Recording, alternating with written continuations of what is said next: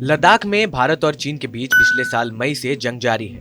हालात तनावपूर्ण बने हुए हैं। इस विवाद को सुलझाने के लिए दोनों देश सैन्य और राजनयिक स्तर पर कई दौर की वार्ता भी कर चुके हैं। इस बीच चीन की प्रोपेगेंडा फैलाने में माहिर सरकारी मीडिया ग्लोबल टाइम्स ने दावा किया है कि दोनों देश पैंगोंग झील के उत्तरी और दक्षिणी किनारों से अपनी अपनी सेनाओं को हटा रहे हैं। हालांकि चीन के इस दावे पर भारतीय सेना की तरफ से अभी कोई भी प्रक्रिया नहीं दी गई है।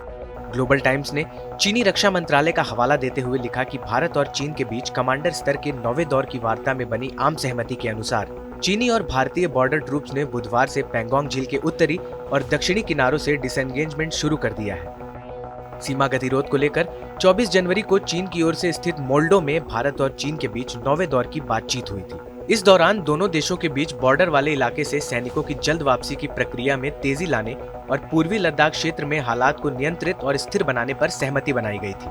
भारतीय सेना ने इस बातचीत को सकारात्मक बताते हुए कहा था कि यह दौर सकारात्मक, व्यवहारिक और रचनात्मक था, जिससे आपसी विश्वास और समझ को और बढ़ाया जाएगा। रक्षा मंत्रालय की तरफ से जारी बयान में कहा गया था कि दोनों पक्ष इस पर सहमत हैं कि 9वें दौर की यह बातचीत सकारात्मक रहे। इससे आपसी भरोसा और समझ भी बढ़ेगी।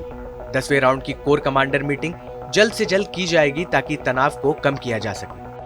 वर्तमान समय में भारतीय सेना के लगभग 50,000 सैनिक शून्य से नीचे के तापमान में पूर्वी लद्दाख के विभिन्न पहाड़ी स्थानों में युद्ध के लिए तैयार स्थिति में खड़े हैं। चीन ने भी उतनी ही संख्या में अपने सैनिक तैनात किए हैं।